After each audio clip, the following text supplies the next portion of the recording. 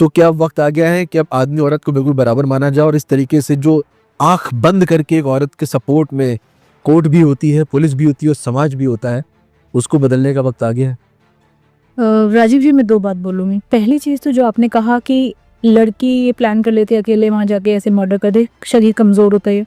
आप सारे मर्डर्स में देखिए साथ में एक आदमी था, एक लवर था। अकेला कोई प्लान नहीं कोई कर ना सकता, कोई, कोई बिल्कुल लड़की अकेले complete। प्लान नहीं कर सकती, कोई लड़की अकेले एग्जीक्यूट भी नहीं कर सकती। यहाँ पे जो मैं कहती हूँ कि आप कह रहे हो ना कि शारीरिक कमी या कुछ भी कह लीजिए, चाहे आपका इमोशंस भी है वो आप अकेले नहीं करोगे, आपको सपोर्ट चाहिए। हमेशा एक आदमी उसके सपोर्ट में रहा है, तो ऐसा नहीं है कि लड़की अकेले जाके कर रही है। There is always a man who is stronger और who is willing to support her in doing this. Physically support कर, आइडिया सपोर्ट कर रहे हैं ना आप, फिजिकली तो छोड़ ही दीजिए, आप आइडिया सपोर्ट कर रहे हैं।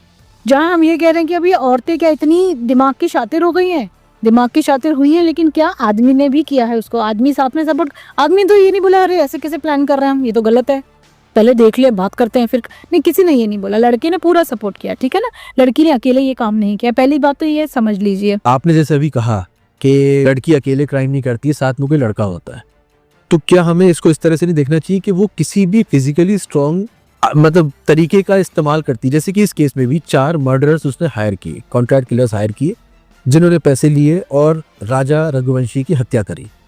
तो अगर मान लीजिए उसके पास कोई पहलवान लेडी होती, वो उनकी मदद लेती। उसने चूंकि वो फिजिकली इतनी स्ट्रांग नहीं थी, अकेली थी, तो उसको मर्डर करना था, तो वो चाहे मर्द हो या औरत हो, उसने तो किसी एक ऐसे चीज की मदद ली जो फिजिकली राजा के ऊपर हावी हो सके। 28 साल का हट्टा कट्टा नौजवान था, अकेले कोई मर्द भी अकेले भी उसके ऊपर मतलब हावी नहीं हो सकता था, तो 4 मर्द लगे उसका मर्डर करके उसको फेंकने में।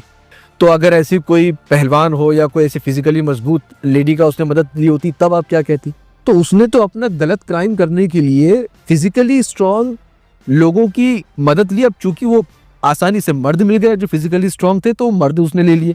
अगर उसको औरतें मिलती पहलवान, तो वो उनकी मदद ले लेती। नहीं देखिए, यहाँ पे तो हम मेन क्राइम करने वाले की मेंटालिटी की बात, इंटेंशन की बात, इंटेंशन की बात कर रहे हैं। तो मेन जो प्लानिंग थी, जो इंटेंशन थी, वो तो उस सोनम की थी। नहीं, आप सोनम पे अकेले नहीं डाल सकते इल्जाम। देखिए नहीं, ठीक है, उसका प्रेमी ने उसकी मदद की, उसको गाइड किया होगा, प्लान किया होगा, लेकिन एक्चुअली अगर देखा जाए तो वो क्राइम का जो रूट था वो तो सोनम नहीं, डोमिनेटिंग है, ये पता चल रहा है कि भाई वो स्ट्रॉन्ग फोर्स है इसमें। ठीक है, तो इसमें हम कम से कम, चलो हम किसी को ज्यादा ना माने, हम कम ना माने, बराबर तो माने।